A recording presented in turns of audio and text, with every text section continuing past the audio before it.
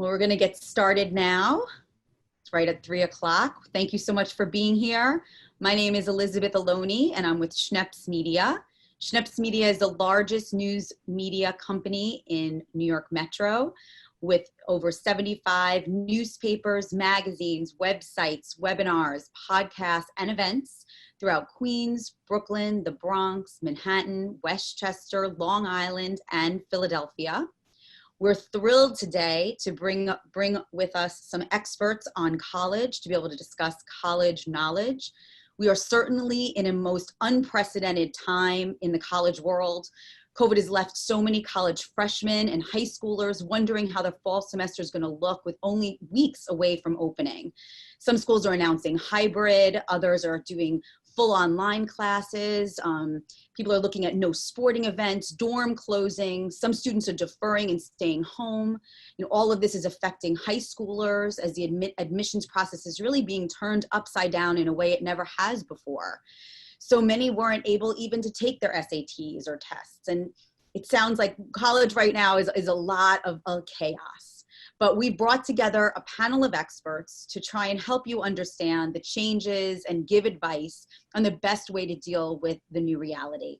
Again, please ask questions. We will be able to address those after our conversation. But first, I'd like to have each of our panelists introduce themselves and tell you a little bit about themselves. I'd like to get started with Tom Ellers, president and founder and owner of Method Test Prep. Yeah, thanks, Elizabeth, and thanks for everyone for being on for a few minutes. I grew up right here on Long Island, went to Bayshore High School. From there, went to Princeton University, did the Princeton Teacher Preparation Program.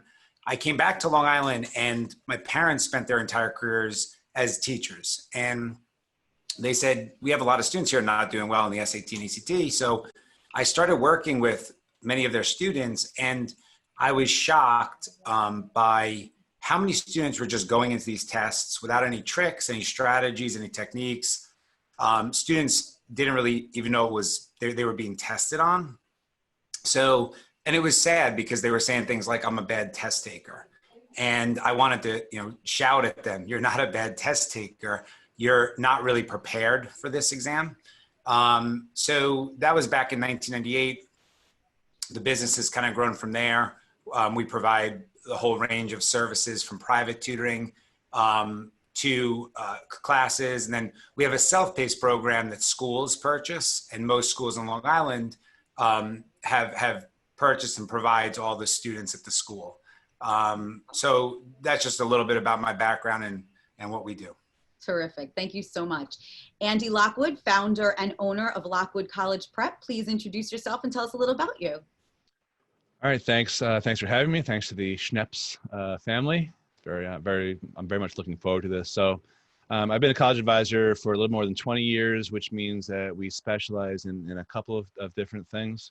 One of which is that we help particularly parents who don't think they have a chance of qualifying for anything comfortably afford college without plundering their retirement or scrimping on their lifestyle, even if they think they can't qualify. So that's a big part of our practice. We also do college advising. We help kids get into the dream schools that they aspire to get into by marketing themselves the right way that resonates with admissions officers. We have a team of former high-level admissions officers that help our kids a lot.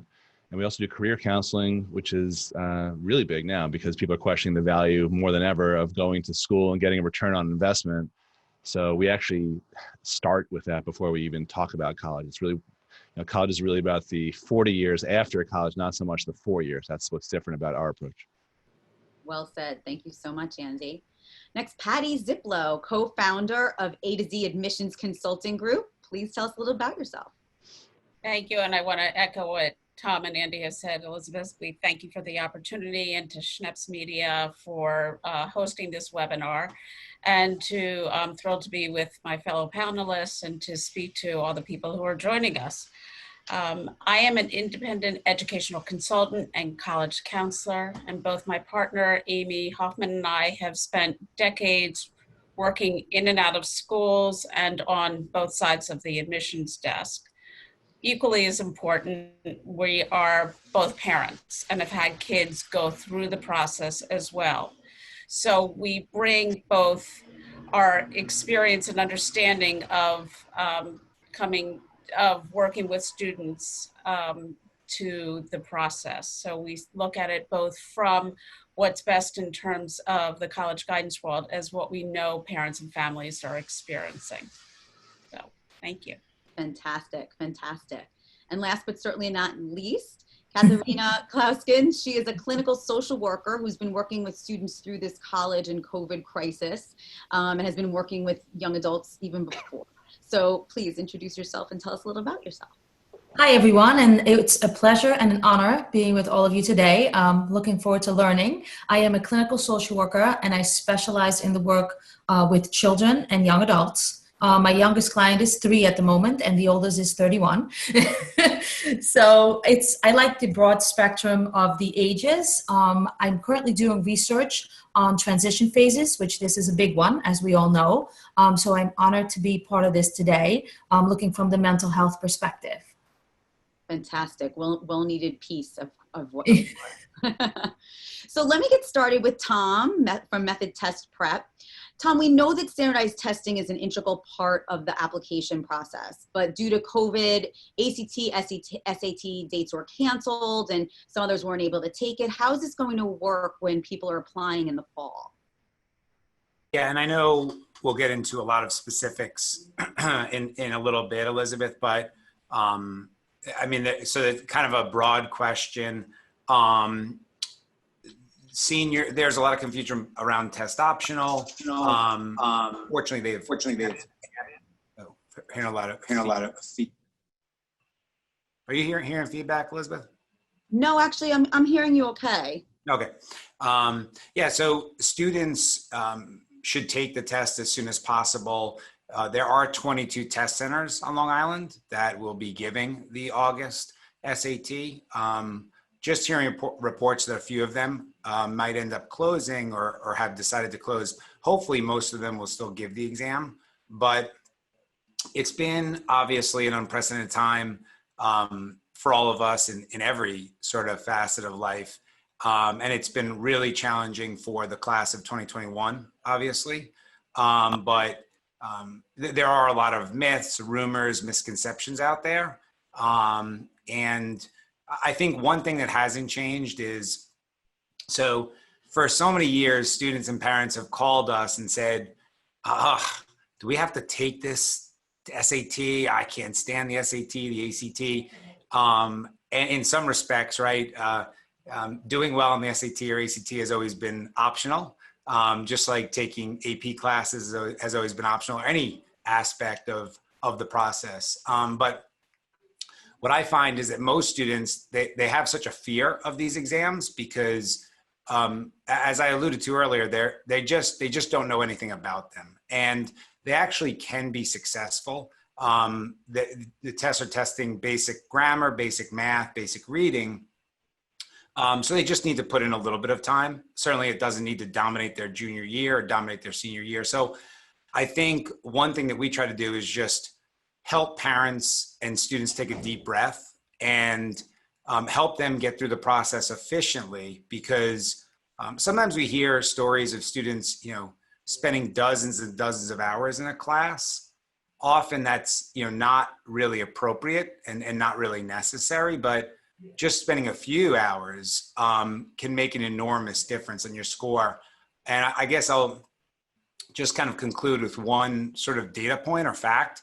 Each question you get right on the SAT, it often has a 10-point swing on your score. So you get 5 more questions correct, right? That's a 50-point increase in your score. And that's something that I'm pretty passionate about, that every student can learn 5 more grammar strategies, 5 more math strategies, 5 more reading strategies.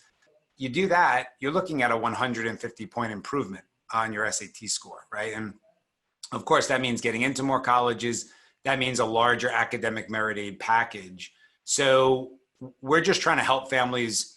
Now, some students may not have to take this exam, but for most students, it's to their advantage to take it. So we're trying to help them focus on that you actually can score higher. So even if it's optional, you're saying it is important to take the test, and don't let fear get in your way, and don't let the fact that you are afraid to take the test and you're given something as optional, that you should take it, that you can go ahead, you can be good at testing.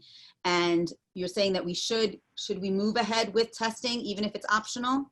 Yeah, and I'm also, I know Andy and Patty probably have things to chime in on, but the answer is yes, because test optional is not the same as test blind, right? So test blind means the college is not going to look at the scores at all. Test optional means if you submit strong scores, of course, that can give you an advantage, not only in the admissions process, but sometimes colleges have said, hey, we're not really going to look at test scores for admissions decisions, but they're still going to be a factor as far as certain scholarships that we offer.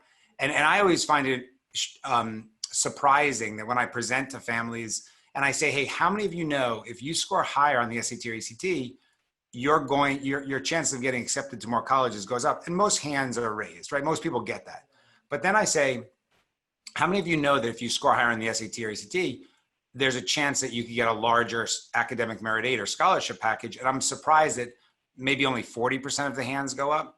So I know it's kind of a long answer to your short question. And again, I want to hear Andy and Patty's take, because everyone has a different way of explaining this to families, that there's a lot of noise around this, but there are different reasons, whether it's course placement or if you want to play NCAA, if you want to play athletics in college, there's a requirement.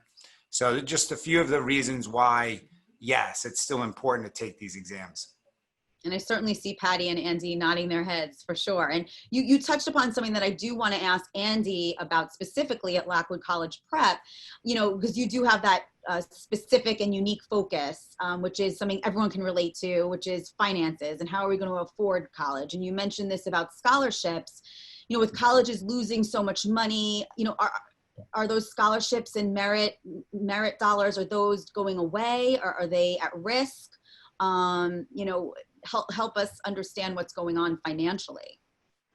So it seems pretty obvious, not that I have a crystal ball, but actually I do have a crystal ball, but it's not working, that there's going to be more luck than I thought. There's going to be a smaller pie, kind of all around, because colleges are under tremendous budgetary pressures.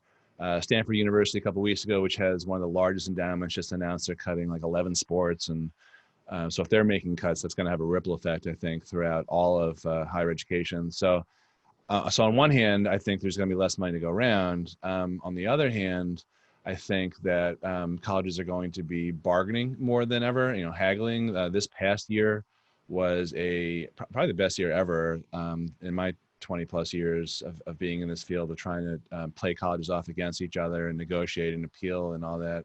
So a lot of people don't even realize you can do that. But once you get a financial aid award or a merit aid award, that's only an offer. It's not a final award. So there's a few different sources of money, for people. Some depend on your income. That's called need-based aid, and 75, 76 other factors. But there's more money out there that's not based on financial need, and the umbrella term for that is merit aid, and most of that money goes to families who earn six figures and more, i.e. like a lot of the Long Island families. And then we also have business owners with strategies to free up money from within their business. That's usually with tax credits and things like that. And then there's outside scholarships from outside non-college entities. So there's still a lot of money out there, and I think anyone can afford college. Paying full price is a choice. Only about 25% at any given college pay full price, or subsidizing the other 75% of families who are getting some sort of discount. So negotiate. That is like mind blown. That the idea about being able to negotiate. So that's really an important point that you make, in that there are so many different ways to be able to access dollars.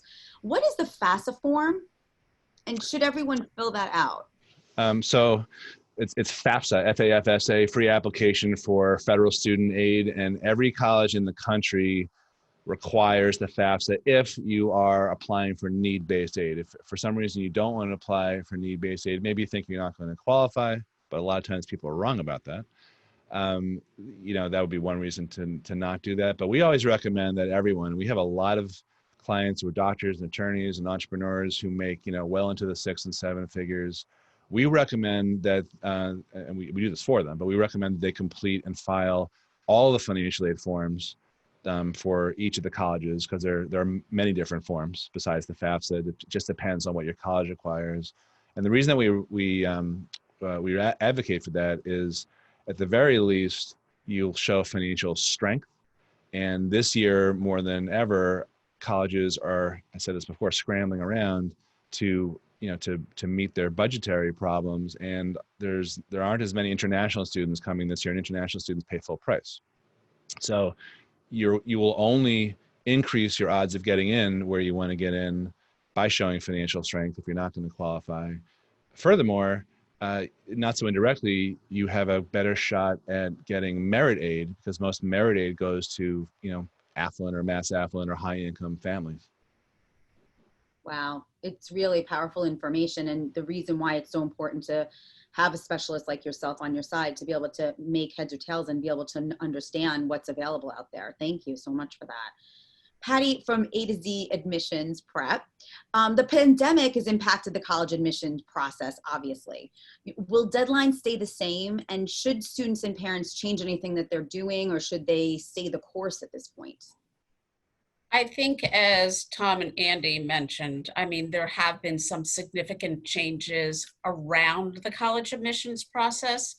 Deadlines is not one of them, because, as Andy was mentioning, schools have to be able to figure out what their yield is going to be in order to budget for the current year or upcoming year. And yield is the number of students that are actually going to accept offers of acceptance. So they can't keep pushing it back, because they need to figure out how many kids are going to be coming to their school next year. And they need to know that as soon as possible. So they're not changing the deadline days, but they have made some concessions and changes in other places. Schools that are test optional are not requiring the test. I agree with Tom that if you have the opportunity to test, absolutely do it. If you get a good score, submit it. It's not going to negatively impact you, but if you're sitting on the bubble, it could certainly help you cross over to the other side.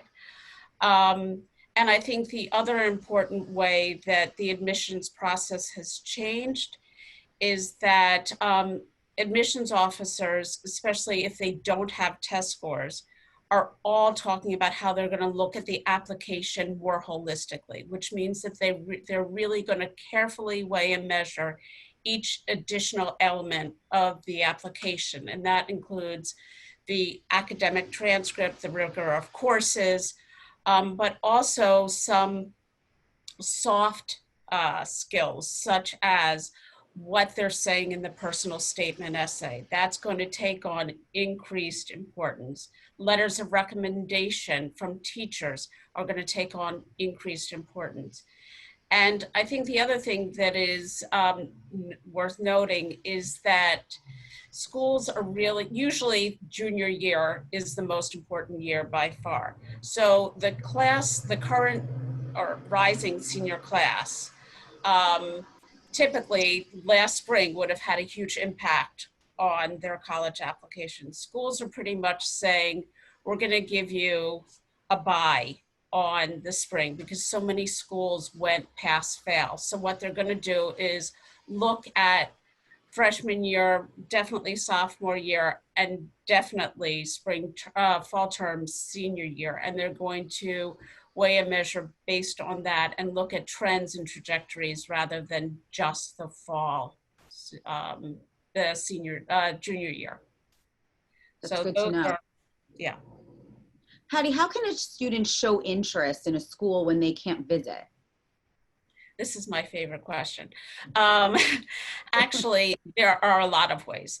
The one thing I have to commend schools for is they have been really good about providing alternate ways that schools can get to know, that students can get to know about their colleges.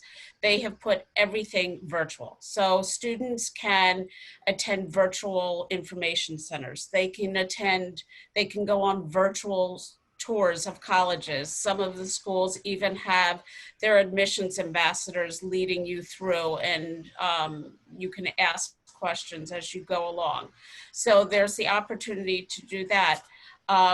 You can, because the regional representatives that usually would be on the road visiting the schools in their districts and areas are not able to do that, they are looking to connect with the students in their regions. So we advise students to reach out to your regional reps, make an appointment to talk to them about questions, do your research, have some specific questions that you can ask them.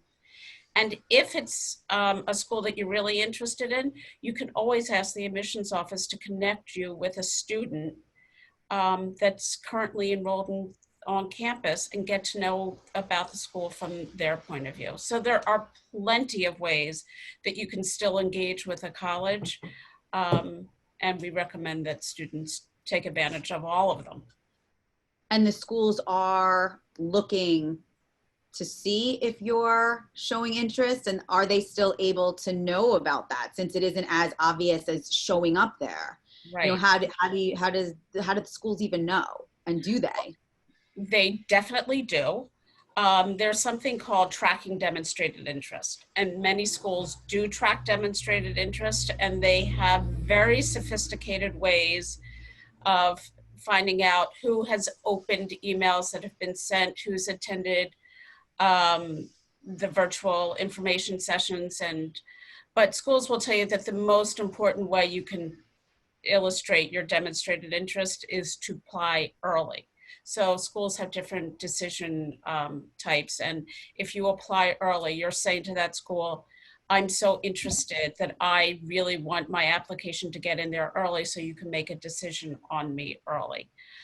So that's another way that they track demonstrated interest. Not all schools track it the way where they're really looking at the numbers to see how many emails you've opened or if you've taken participated in any virtual information sessions or gone on tours, but they will acknowledge whether or not your application is an early decision or an early application, early action application. Great to know, great to know. Andy of Lockwood Prep, College Prep, how do you work with a client when they come to you for assistance in the college process? Just before I forget, just to pick up on Patty's comment there, because I don't want to forget this. Demonstrating interest can also affect your ability to get money, because that's all part of these algorithms that these enrollment management consultants use to figure out what to offer you and all that. So it's very important from a monetary, financial, I guess, standpoint also to demonstrate interest. Wow, that's great. Yeah. So yeah, I mean, for us, it really depends on what the client's looking for in terms of, some people come to us only for their, help paying for college because they think they're not going to qualify, or they know they don't have $75,000 a year per child, lying around. So sometimes people come to us in 11th or 10th or 9th grade because they don't even know where to start with the whole college process. They feel like they're not getting adequate guidance from their guidance counselors, which may or may not be true. Most of the time it's because guidance counselors in high schools are just overwhelmed. The ratio is like 400 to 1 of student to guidance counselor. So it really, for us, it really depends on what they need. But typically they come to us after reading, a book that I've written, or attending a live session back in the days when we gave live presentations, or a webinar, or hearing about us on Facebook, or being referred by someone else. And it's usually because they've gotten, either an informal review or reference, or they've seen all the reviews that we post on our website, and that usually kind of guides them in terms of what our services are. And then we talk to them and we figure out whether we can help them or not. There's a lot of people we can't help. So, if that's the case, then we tell them don't waste their money for hiring us. But the people that we can help see great results. That's great. Now you mentioned your book. So you're a 4-time best-selling author. Can you tell us about your latest book it has a great title? I'm sorry, I really don't want to talk about it, but okay, it's right here. Just happened. I just happen to have it here. Just what a weird coincidence. Shocking. Yeah, I know. So shameless self-promotion. By the way, this is like a lesson in terms of getting to college. You have to differentiate yourself, and you've got to really, market yourself. So I'm really doing the same thing. So this book's called How to Negotiate Your Crappy Financial Aid and Merit Aid Offer. And it made it to #1 on Amazon, #1 new release. And I told you this ahead of time, just as a thank you for allowing me to be on the panel here. Anyone who registered, once we get everyone's information, I'll email out a link so that people can get a free copy. Thank you. That's really generous. Tom, you have over 22 years of experience. Have you ever experienced anything like this with parents, and what parents and young adults are dealing with COVID and how it's affected the college admissions process? No, not at all.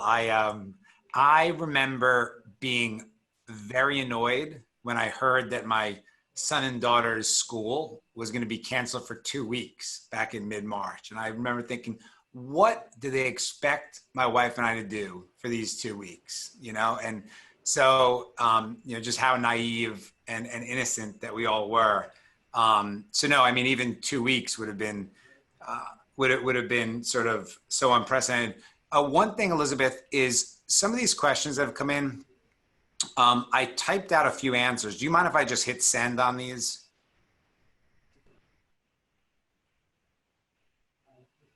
Elizabeth, can you hear me? Sounds like a yes. Yes, absolutely. Sorry. You can. Because there's just a lot of specific questions coming in, and I know it's hard because we have so much to cover, but somebody asked about test center closings, and I just put the College Board link, and just subject tests. Subject tests are typically much less important, just for most students, but this year certainly the College Board has asked colleges specifically to be extremely flexible as far as testing requirements. And so, for a class of 2021, if you can take the SAT or ACT, that's going to be enough. But no, this has been so difficult to deal with.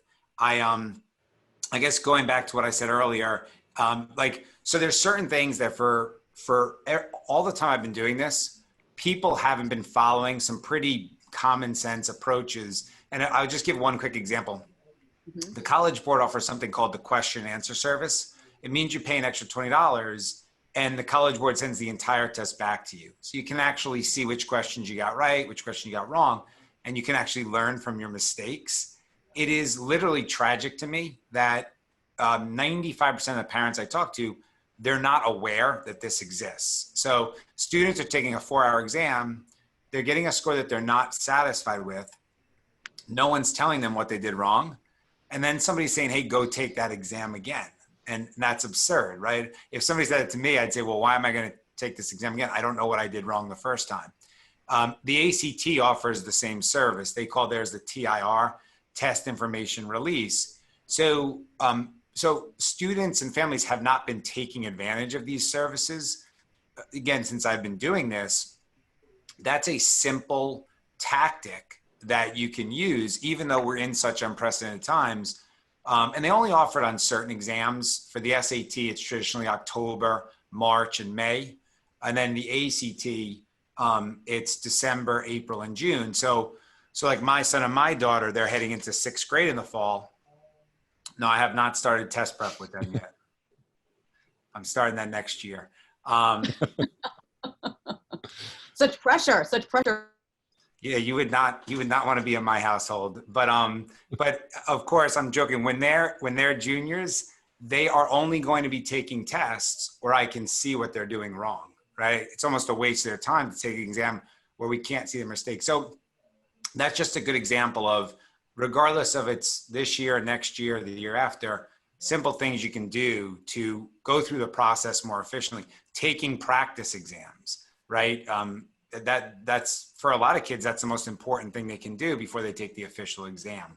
So yeah, just a couple of common sense tactics. Great. Tom, how do you work with a client when they come to see you? Yep. Yeah. So of course it's not one size fits all. It's the opposite, right? Every single student is different. And so parents call and they give us some context. But there are a couple of common paths. So one common path is taking one of our classes. We offer classes online. We've always offered classes in person. We just started offering classes in person again.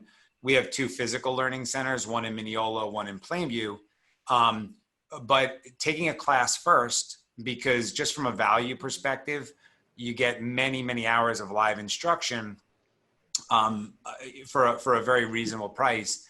And then once the class is over, then doing a couple of hours of private tutoring. So that would be one common option that families choose. Another common thing is a lot of families just use us for practice tests. So every Saturday and Sunday, we give full-length proctored exams. I've hired the meanest people I could find.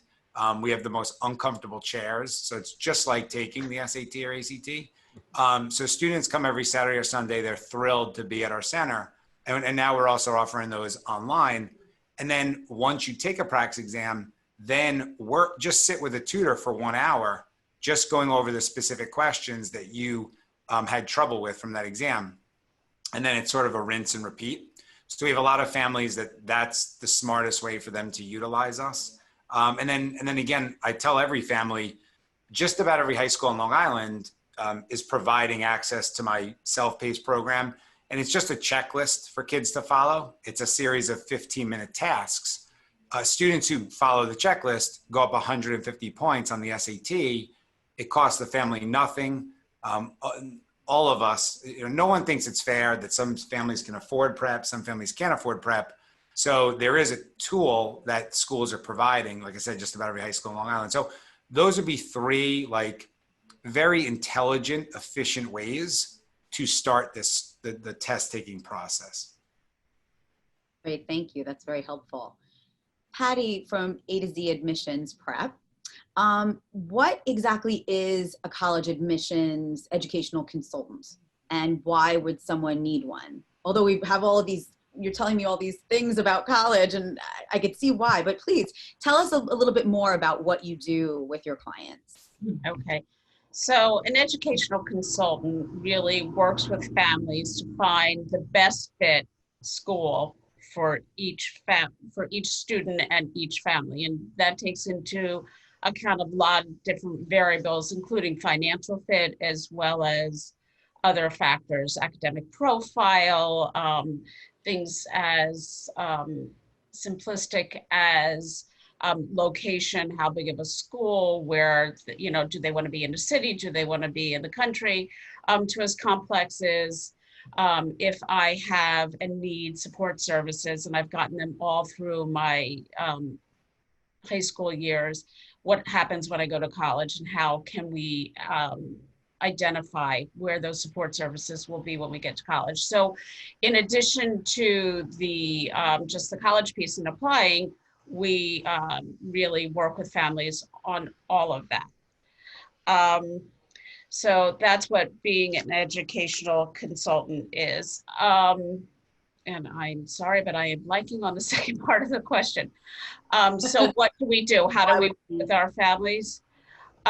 We really take families and we work from A to Z, from soup to nuts. So when a family comes to us, we sit with them and really get to know them. As Andy mentioned, school counselors are overwhelmed. They have a tremendous load of students, and they really do work to their best ability to, make use of what they're provided. As an independent educational consultant, our only concern is your student and your family. So we can really work closely to find out and pinpoint the profile of the student, what their hook is, what their passions are.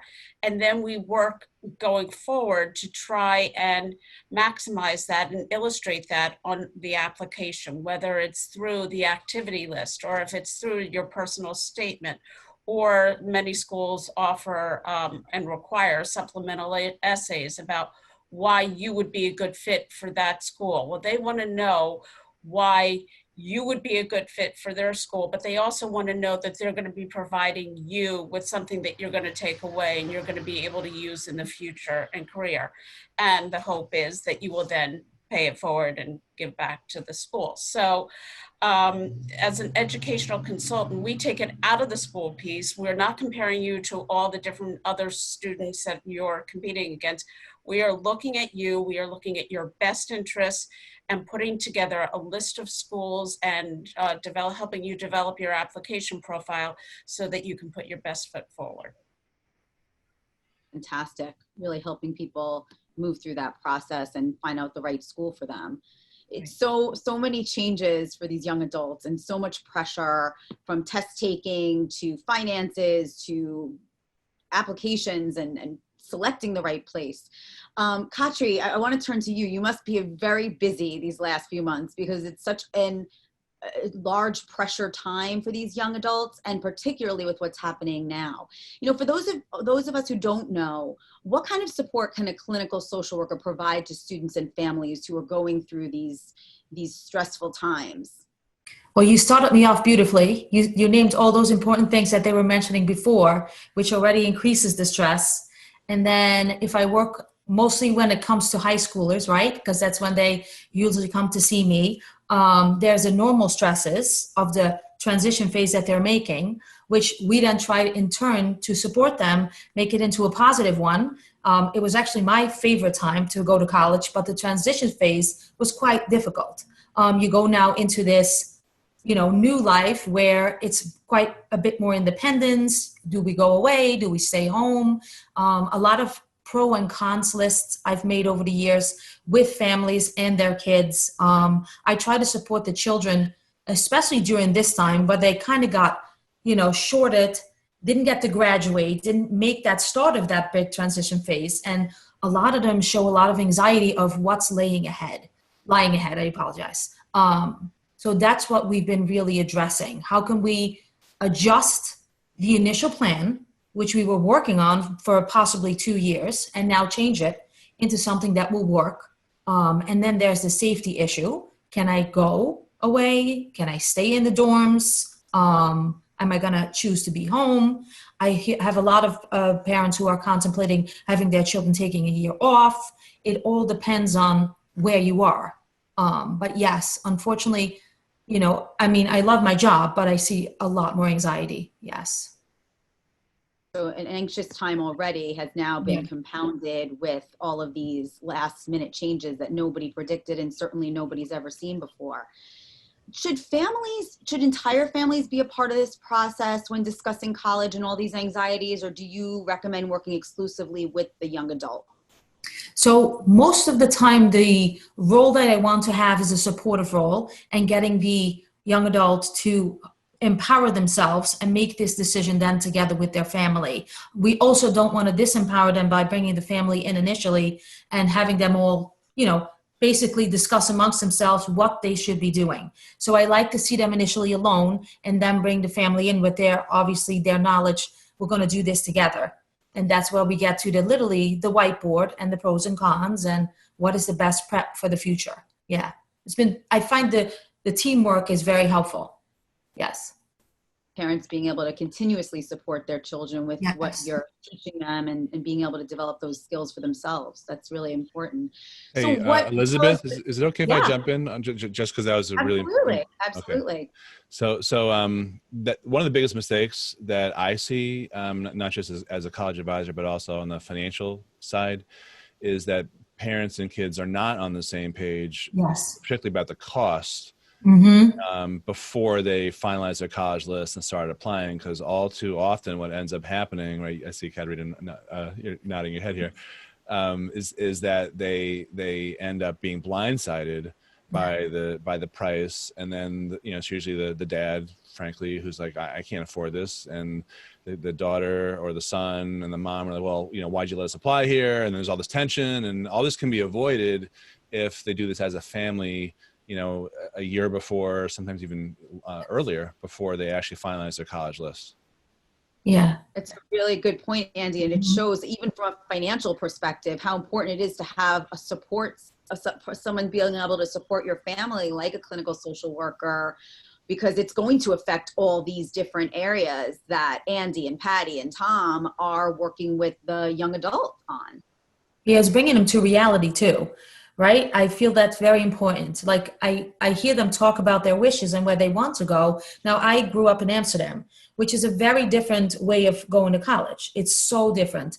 We don't really have this whole looking for colleges and which one's better than the other. There's also a system based on lottery. There's a system based on level. So I had to teach myself and then say, we got to go back and communicate. We can't just, I have this 17-year-old who's steadfast on going to George W. in what is it, in Washington? I'm GW. not GW. Thank you. And they can't afford it. So then we had to come up with a different route. So now we're staying home for a year and then we're going. So, you're right. I think that's a very important point. If we don't communicate amongst each other, we're going to get two different routes. Yeah, and it's communicating and also exploring ways to cut the cost, because sometimes Yes. unaffordable colleges actually can be affordable if you do a little bit of planning and investigation. Yeah, and I Exactly. find that Go ahead. Sorry, Patty. I find that a lot of what we do is manage expectations. So, parents come in and students come in with preconceived notions of what they're looking for or where they want to go based on what they've heard around the neighborhood, or because they haven't had these conversations about financial fit. And so it becomes part of what we do as consultants to help manage their expectations without diminishing dreams, but Yes. really giving them an honest sense of the reality of the situation. Fantastic. Balance. It just Yeah. shows why you need a team. It takes a village. It really takes a village, right? Stolen from someone else. But Katri, what would teenagers want? What do they want from their parents? What do they wish that their parents would do or say to be able to support them and connect with them? Please tell us the secrets that we want to know. So I find it funny because initially, obvious, like, can you support me in telling them what I want? That's the first thing I hear, obviously. Then when it comes to what do we really need, and when we lay out the plan, it's please communicate. I find when parents go to these advisors and have somebody support them with their financials, with the prep, with the test prep, it all comes down to coming up with a plan. So when it's almost like, how do we say that? Raising your children. That's how we are doing it with college prep and education too. They need that open communication. Don't beat around the bush and support them. Like you said, support them in their choices and acknowledge their dreams, but be very realistic with how you prepare them. That's very important. Yes. That's great. That's wonderful. So before we have so many questions that the attendees are dying to ask, but before we do that, I'd like to go to each of our panelists and ask for one piece of advice that you would give to your own child or your family member or a dear friend about the college process in today's world. I know you have so many tips, but if you can each come up with one, and I'd like to start with Tom. Sure. Yeah. So much of what we all do, I think, sounds like common sense, but what I would say to, I think a big group right now are the families of rising juniors, right? So class of 2022. So many things have been canceled. You have a little bit more time on your hands now. Get some of your SAT, ACT prep done with now. Hopefully the fall is going to be busy. Hopefully kids will be learning a ton and hopefully things will get better. So now is a time when a lot of your activities are canceled. Don't just fear the SAT and ACT. Meet it head on. If you even put in 5-6 hours total, right, 2.5 hours a week for a couple of weeks, it will make a big difference in your score. One of the questions that came in, Elizabeth, was, is PSAT prep different than SAT prep? Is it different? There's a big misconception. The SAT and the ACT, they test students on a lot of the same material. It's the same grammar rules. Reading comprehension is reading comprehension. A lot of the math, they're the same concepts. So preparing for one really prepares you for both. And the PSAT, same thing. So it's nice that you don't have to do an entire PSAT prep course, then an ACT prep course, then an SAT prep course. That would be overwhelming. And you know, that, so you're really, you know, getting ready for all of them at the same time, but, you know, put in some time as soon as you can, rather than being that person who's doing it at the last minute. Of course, that causes a lot of stress and anxiety. Thank you. Andy, what is your one tip? Well, so I, as a parent, I have 4 kids. I've got 2 in college and 2 on the way. So I'm right in the thick of it also. So in terms of advice I'd give my own kids, this is actually advice I'm going to give I do give my own kids and our clients professionally. And it's a little bit different, I think, you know, because we're all talking about, you know, studying for the SAT or the ACT, demonstrating interest, applications, essays, financially. These are all sort of like tactical type things. And to me, if I were to kind of fault, not all of us, but just the whole process in general, parents, guidance counselors, everyone, I think the biggest problem is that we're also focused on this artificial, narrow, you know, 4 years of kids' lives. And really the bigger picture is what I was saying before. It's the 40 or 50 years. It's almost as if we were all just like putting all of our time and energy and effort into an emotional energy into rushing to the airport. We have no idea where the flight is going. So the way that I look at this process is college is a means to an end, and we have a backwards planning approach where the first thing I do when I sit down with a kid is say, look, let's forget about college for about 7 to 10 days, and let's look at how you're wired and what that could translate into in terms of, you know, maybe 8 or 9 or 10 different careers and majors that lead to those careers that can actually lead to a job that doesn't feel like work, where you can love what you do and, you know, make a living, get off the mom and dad full ride scholarship, as we call it. And that's where we start. And then we whittle that list down typically to, you know, 4 or 5. And then we back into a set of colleges that way, and then figure out how to get into these schools and then paying for it. So it's really 4 different things that we combine. So my tip is to not lose sight of the long game instead of being fixated on the short game. I love it. That's terrific. Thank you. Patty, what is your tip? So my tip is clearly, if you're in high school, you should call Patty and Amy. But no, from a serious note, you know, I'm doing what Andy said. I'm self-promoting.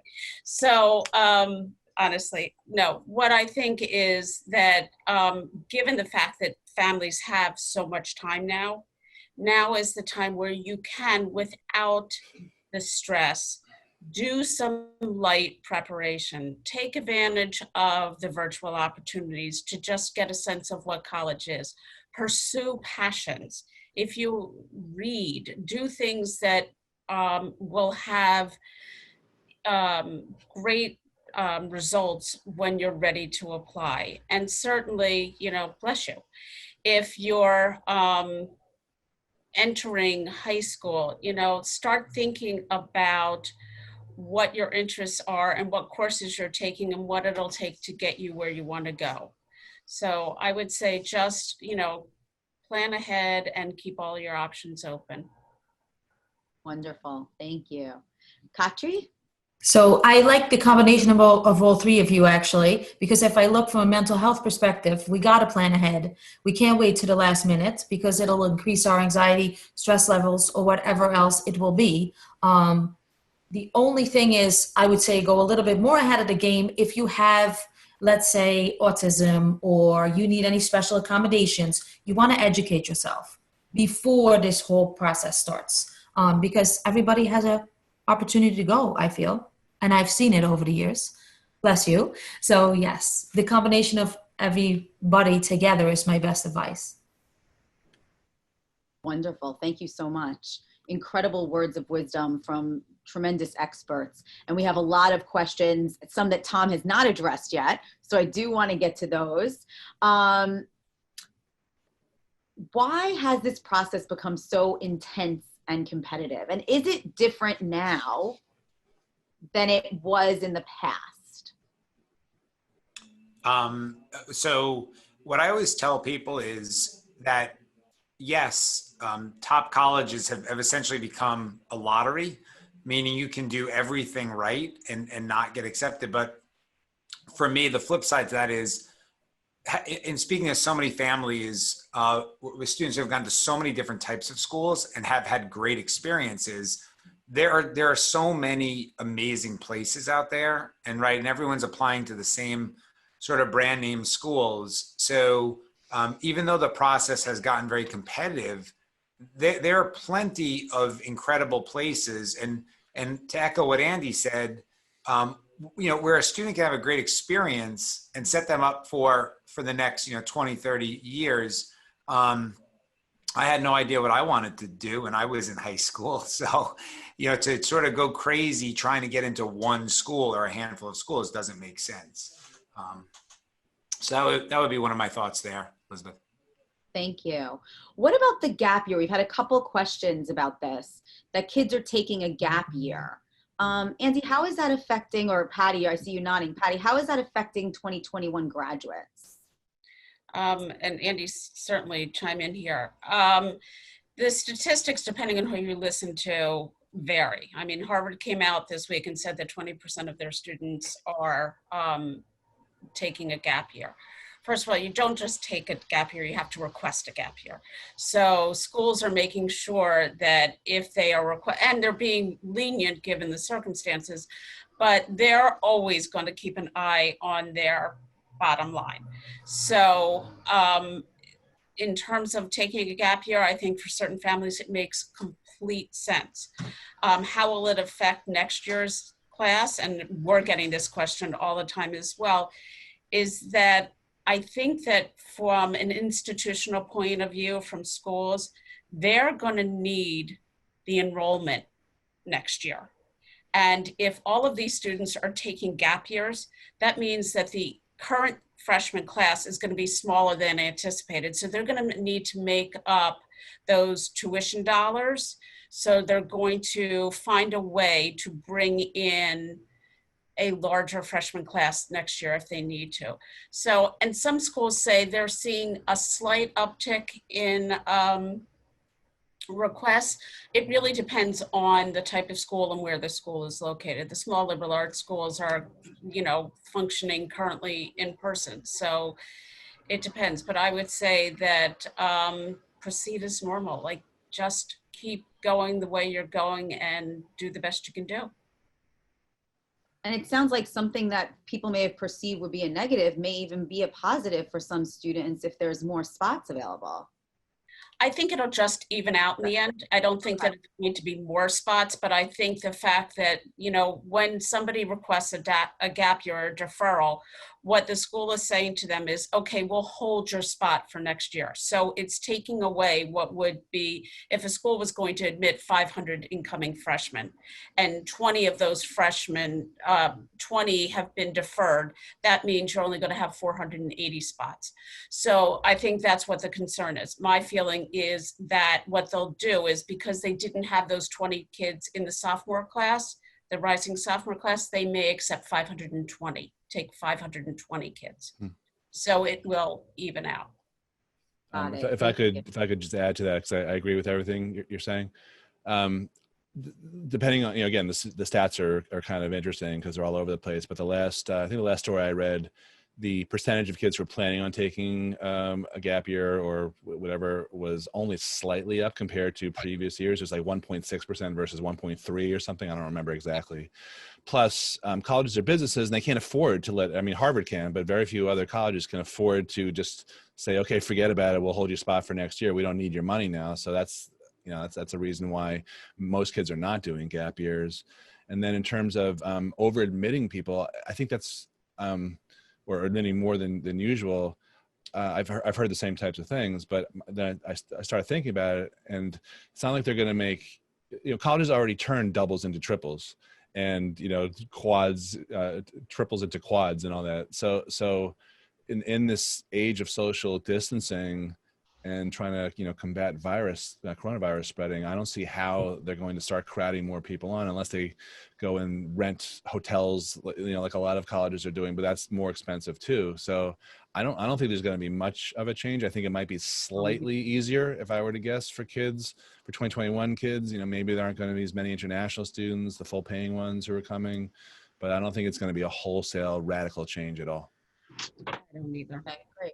Right. So what a financial question, I think this is good for you, Andy, that about some of the colleges, we were talking about the financial health of the colleges, and some of them are closing permanently. Should parents be more concerned about schools closing, and should they be looking into the school's financial stability before committing or applying? Yeah, so coronavirus to me was really just an exacerbation or certainly continuation of a trend that's been happening for years and years and years, as far as I can remember, where particularly the small colleges couldn't really afford to stay open.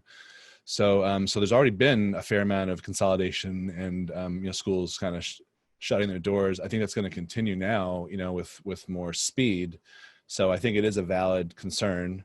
The places I look, Forbes, I think, publishes a list of colleges, of their financial health. There's a site called Advisors, like advisors, but with an E, that I think also covers that, or they may just be summarizing the Forbes data. I'm not really sure. It's kind of hard to tell though, because colleges don't necessarily have to, disclose like a full-blown audited, I mean, in a sense they do, but the way that if you were buying a business or something, and most of us aren't, certainly I'm not sophisticated enough to figure out, exactly how to parse all the numbers. But in general, colleges are going on these massive fundraising campaigns because of this. They're doing whatever they can to stay afloat. They're bending over backwards to cut their costs. So I'm not really predicting a massive wave of closings, immediately. But yeah, I mean, I think. And who knows, in 3 to 4 years, maybe, but they all borrow too. There's always going to be people willing to lend them money to stay afloat. Okay, thank you. A parent wants to know, if a parent chooses remote learning for senior year, is that going to negatively impact admission? It shouldn't. I mean, certainly everybody is just rolling with the punches and trying to figure out. But schools, high schools have had time now to adapt to the virtual learning platforms. So they are really making every possible allowance to provide students with the same type of education that they would get whether they were in class or are doing it virtually. They will get grades the same way. So my feeling is that unless there is some sort of overriding or over-extenuating circumstance, like you don't have access to internet or things like that, it shouldn't impact. The one thing I did want to mention is if a student has been impacted by COVID in some extraneous way and that it's really had notable impact on their learning, the Common App has added an essay this year to allow students to describe how they've been impacted by COVID. And that's a great place where students can say, look, given the fact that I have an immunocompromised family, or that, for whatever reasons, I was unable to attend in-person classes, and therefore all of my senior year fall grades are a result of doing virtual learning. And they can just explain it that way. Yeah. And the guidance counselor can also make a note in their recommendation letter. Absolutely. Good advice. Katri, how do you know when your child, or when would you recommend, what are the signs that a parent should look at that their child really needs additional support from someone like yourself, from a clinical social worker? You mean before they go? Or yeah, during this time of this transition where you were saying, it's a normal stress time, but when does that normal stress time move to a place where they really need help? Or So do you think really anyone would benefit? Right. Anybody could help a good venting session, right? We all could, right? That's how I always see it, right? And it's important in life to do so and take your time. I've said that for years, and I will continue to say so because it can help anybody. However, if you see a change in your child's functioning, daily functioning, social functioning, sleeping habits, eating habits, then we are now seeing a serious impact.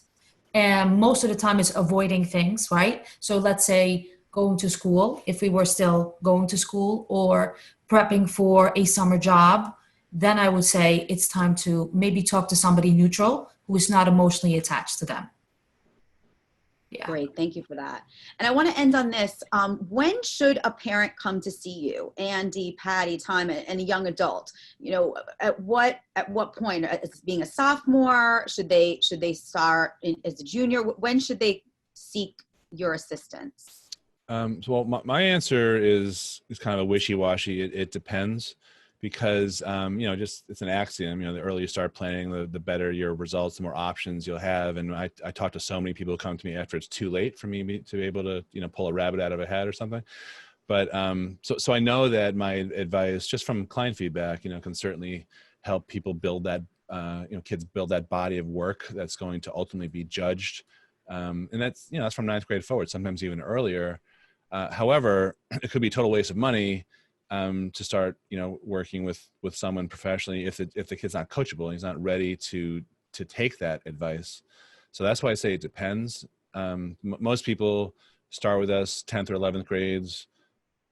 Occasionally I have some people who start in middle school or even earlier, which is kind of odd to me, but you know, everyone has their own reasons for doing that. But sooner the better. And if you wait until 12th grade, there's still help, you know, that can be given, but it's just less. On the financial side, we can start a lot later with people, but if there's any planning to do to figure out, you know, because in the financial aid formula, some types of savings accounts penalize you more than others.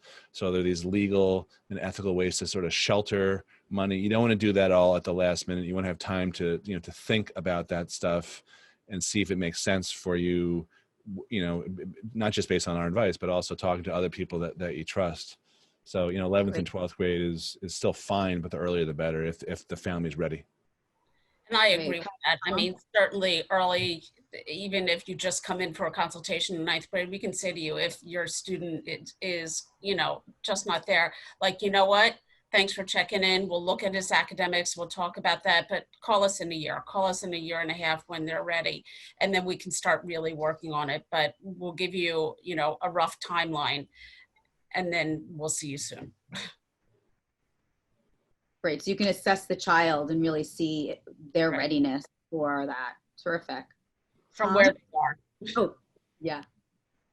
Yeah, well, we tutor students for all grades, all subjects. So it varies for us too, but we do get the common question, when should I start SAT prep? Should I prepare for the PSAT? I used to tell people, so the simple answer is summer before junior year. When a family wants us to do SAT or ACT prep for a 10th grader, our answer is, no, just concentrate on your GPA right now. And, you know, if it's a real eager family, you know, a lot of, you know, what have you, pressure, we just say, hey, put all your energy into your high school GPA right now. I used to tell people not to prepare for the PSAT. The problem is and that's true for the 10th grade. If you're going to take the PSAT in 10th grade, don't assign any, you know, sort of weight to it. But preparing for the PSAT in 11th grade, what was happening is those students were scoring so low on the PSAT, they were getting demoralized because they hadn't prepared. And they would say, oh, I'm a bad test taker. And I would say, hold on a second. Remember we talked and we said you weren't going to prepare because it's a practice exam, but we all understand sometimes it's hard to get through to a teenager and they're emotional about it. So that same student who would have scored an 1,000 on the PSAT, they just put in a few hours, they'll score 1,100 on the PSAT. And now they have a completely different mindset, right? They're more optimistic, they're more motivated, more confident.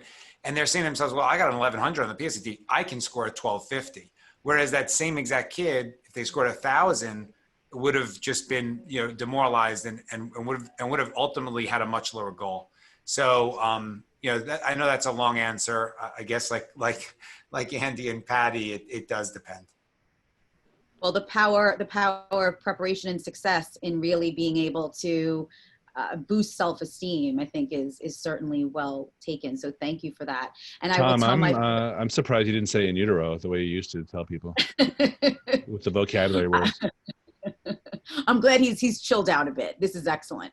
So I'm glad to know at least my fourth grader who wants to go to Harvard should chill out for a little bit too. So thank you so much to all of you. This has been so informative. We could be on here for another 2 hours asking you questions. There are so many. You've been so helpful. I just want to say again, all of your names. Tom Ellers is president, founder, and owner of Method Test Prep. Andy Lockwood, founder and owner of Lockwood College Prep. Patty Ziplow, co-founder of A to Z Admissions Consulting Group, and Catharina Kleuskens is a clinical social worker. I will be sharing all of their email addresses and contact information. You'll get that email tomorrow. You will also be able to see this webinar again if you want to watch it again and you want to share it with your friends. I highly recommend it. That will be available on the Schneps Media YouTube channel. So you'll be able to see that there. And our Andy is going to be sending all of you his book, and each of our guests will also be reaching out to you too to give you further information. And I hope you reach out to them, because we really have brought together such spectacular experts who can make this crazy time in your and your child's life a little bit calmer and with a little more strategy. So thank you so much to our panelists. Thank you. Thank you. And thank you to our attendees for spending some of your time with us. Please, everyone, stay safe, stay healthy, and we'll look forward to seeing you on the next Schneps Media webinar. Have a great day, everybody. Bye. Bye. Bye-bye.